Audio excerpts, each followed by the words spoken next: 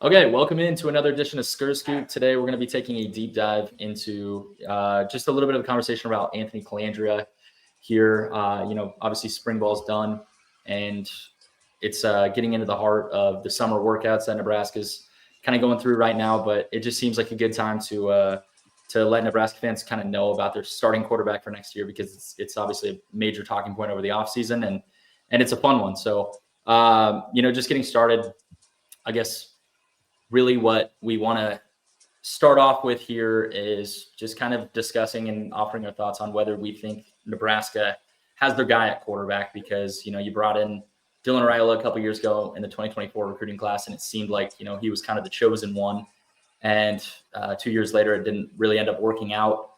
The program made it to 2 straight consecutive bowl games. But apart from that, just the major consensus surrounding Nebraska is that fans were wanting more. So, they went in an entirely different direction heading into 2026 with a veteran quarterback who's mobile, a little bit turnover prone, but he's also there to make the big plays as well. So I think it's going to be flashy. And yeah, I guess I'll let you kick it off here with your thoughts on it, but I kind of interested to hear your thoughts on how you think Colandrea is going to mesh with Dana Holgorsen here. In this fall. Yeah, I mean, I'm super excited to see, what this offense can do with a running threat at quarterback. We saw a little bit of that with TJ Lateef at the end of the season. And, he's not, a dual threat. I think he can run if he needs to, whereas, Sure. There's Dylan where, if he had to run, he would, but he wouldn't really do much. Where TJ has some speed, so he could do some stuff. But, with Colandrea, he's a dual threat all the way. I mean, he's gonna get you those 10 yards on 3rd and 10 if you need it. If nobody's open downfield with his legs, I think that's what Dana Holgorsen's offenses have thrived, with. And I'm super excited to see just I think I've talked in previous videos about how the RPO, how that will just look so much better with the offense, because it's a run pass option. And, usually everybody thinks of the running portion just being, handing it off to the running back, and then you can just pass it.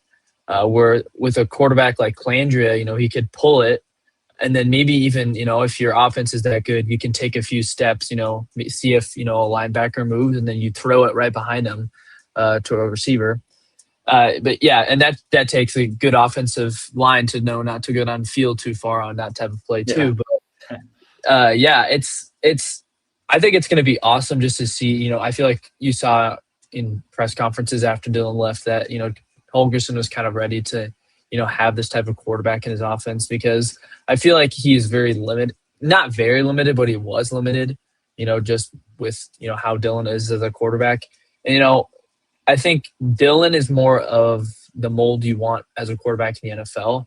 But, the college game is more suited for guys that are dual threats, just because of it just suits college football, just a lot better. If you're going to make it work in college as a quarterback like Dylan, you have to be, just a really good quarterback, never missing throws. And you have to have really good pocket presence too. And that's obviously something that Dylan wasn't very good at. But again, I'm just super excited to see what he can do this year with Holgorsen as well. I guess I'll let you give your thoughts on it as well. Yeah. No, I mean, honestly, I agree with a ton of what you said. I think something that really sticks out to me right now would be, I think when you were kind of talking about the RPO thing, like I'm just thinking about, the NCAA college football game when like you have the RPO with the read option attached to it. It's like there's 3 different ways you can take the ball. You can hand it off, you can keep it with the quarterback, or you can throw the RPO, to a wide receiver. So, and I think we saw a lot of that in the spring game, not necessarily, the quarterbacks weren't live or anything, so you didn't get to see Colandrea's full ability with his legs, but just in the small spurts that he played in that, like, it was exciting. He scrambled on a 3rd and 5, I want to say, and picked up 12 yards. And like, we didn't have that last year. And now it's an option every single time he touches the ball, which when you're the quarterback, you touch the ball every single play, right? So it's going to be super exciting from that aspect. And then just going back to, I guess, like the comparison to Dylan a little bit, and we'll go more in depth with the stats, but I think you're right. Like, Raiola we kind of got pigeonholed with the offense that we had to run with Dylan Raiola, for better or for worse. And obviously it turned out the way it did. I think Nebraska had like somewhere in the mid 70s ranked offense last year. And obviously ended up getting hurt. He got sacked 25 times or whatever it was in 8 games. So it's just unfortunate when you're Nebraska, you don't have the recruiting pipelines like an Ohio State does. You don't have the money like a Texas A&M does. And like when you don't have that and you have a quarterback that can't make plays despite not necessarily having the best protection, it doesn't really work out. And that's why Nebraska's, finds themselves in the spot that they are right now with a different quarterback. So I agree. I mean, I was kind of all over the place with that, but I do think it's going to be super exciting to see Colandrea just kind of a breath of fresh air. Okay, but I guess we'll move on. And this is something that I thought was super interesting, and it was your idea. But so basically this graph here, I'll lay it out and then I'll let you give your opinion on it. But essentially there are 35 quarterbacks on this graph that are draft eligible in 2027. So obviously they're players that have been around college football for a long time. And basically what it does is it's a ratio of your turnover worthy play rate to your big time throw rate. And this is all done by PFF. So I do believe a big time throw would be anything over 15 yards. So yeah, I guess just looking at the median Colandrea, what really sticks out to me is that his turnover worthy play rate, even though I feel like he kind of gets the assumption that he, turns the ball over at somewhat of a high clip, is actually lower than the median of these 35 quarterbacks. And then at the same time, his big time throw rate is higher than the average as well. So super exciting. I just think like with Nebraska's offense next year, they have the ability to kind of be dynamic because he is dynamic. And there's going to be a lot of big plays. There's probably going to be some turnovers, but even with Dylan Raiola, he dealt with some interception issues of his own. So I guess, just give your thoughts. But in my opinion, I'm super excited about this. And I thought this graph was really interesting.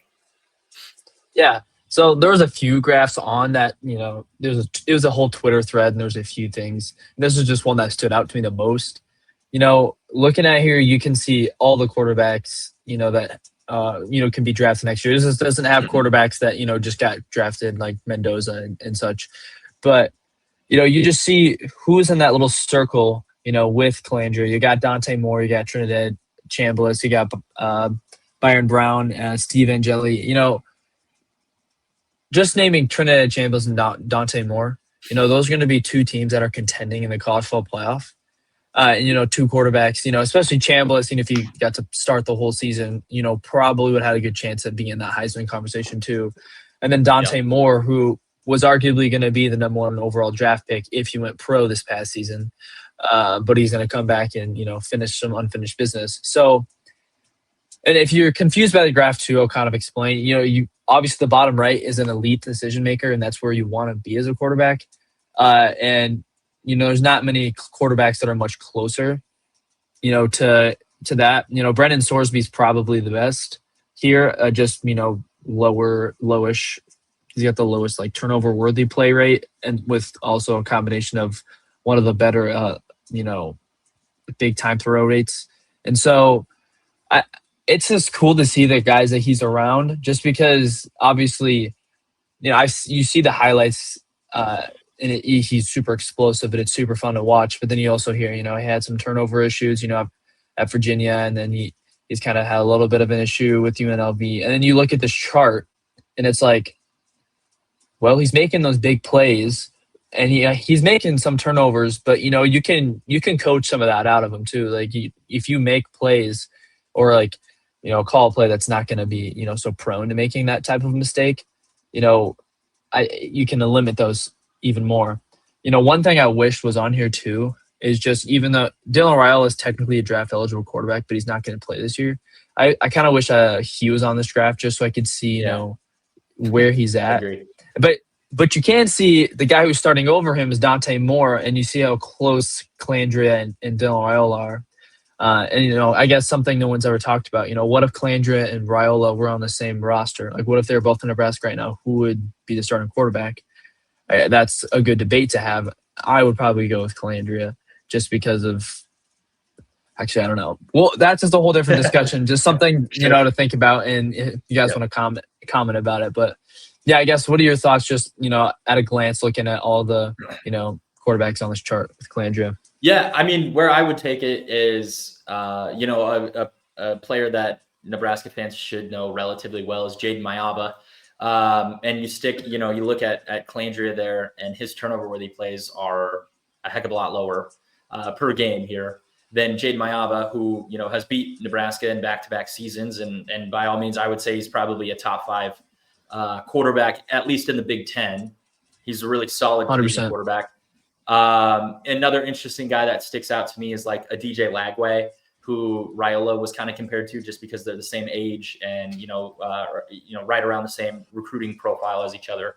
I think Lagway ended up finishing a little bit higher ranked in the 2024 recruiting class than Raiola did. But, he's kind of had his troubles in college, but at one point, he was believed to be, a Heisman contender at one point as well. So I think you just look at Anthony Colandrea, and like you said, just with the guys that he's kind of grouped around, like you're talking about Trinidad Chambliss, who's probably going to lead his team back to a college football playoff.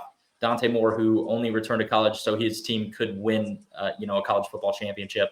And Byron Brown, who was, theoretically probably one of the more sought after quarterbacks in the transfer portal, a highly paid dude. So I think it's kind of hard to remember that Colandrea came from a group of 5 school last year. I do think that's important, but also to the same extent, I would argue that, with Nebraska, he's going to have the best offensive line he's ever, had blocking for him, undoubtedly the best wide receiver core he's ever played with.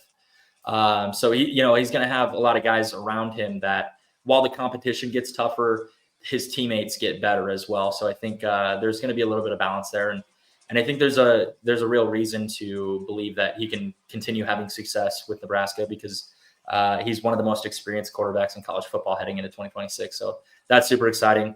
And then I don't know, does it surprise you? I guess I feel like there's a big stipulation that he turns the ball over a ton. And when you actually look at the stats, like he only threw 9 interceptions last year in 13 games or whatever. Like that's, to me, a low number considering in one game alone, Dylan Raiola threw 3 interceptions against kind of what I would say a bottom feeder Big Ten team in Maryland. Like, does that stick out to you at all that he really only threw those 9 interceptions last season?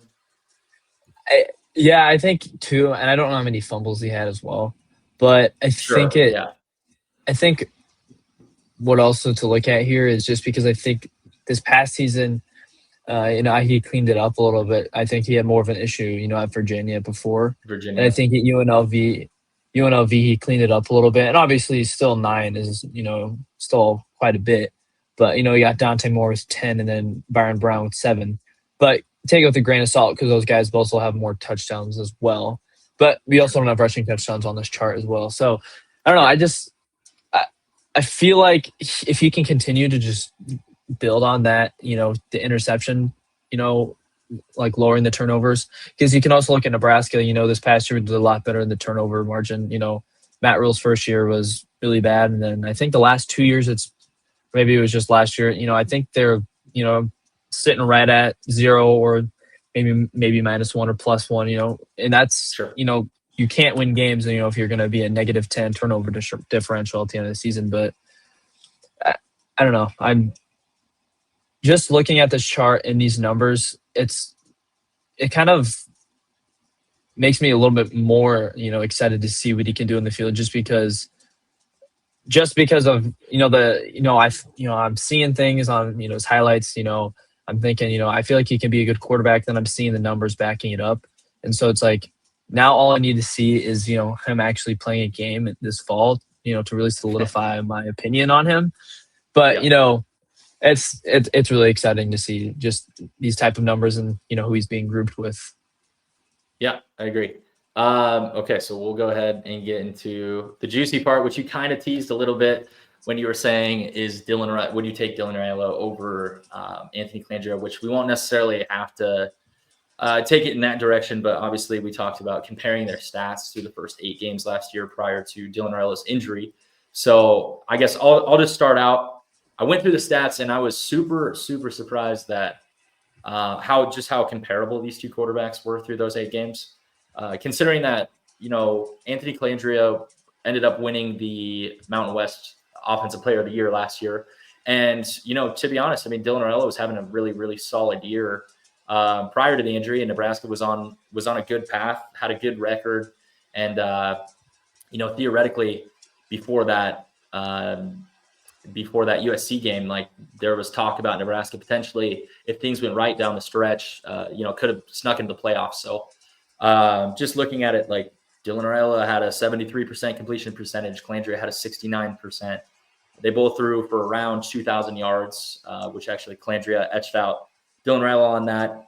Their touchdown to interception ratio was really kind of about the same there. Dylan Raiola threw 17 touchdowns and 6 interceptions, and Colandrea had 15 touchdowns and 4 interceptions, and they both had a 6-2 record.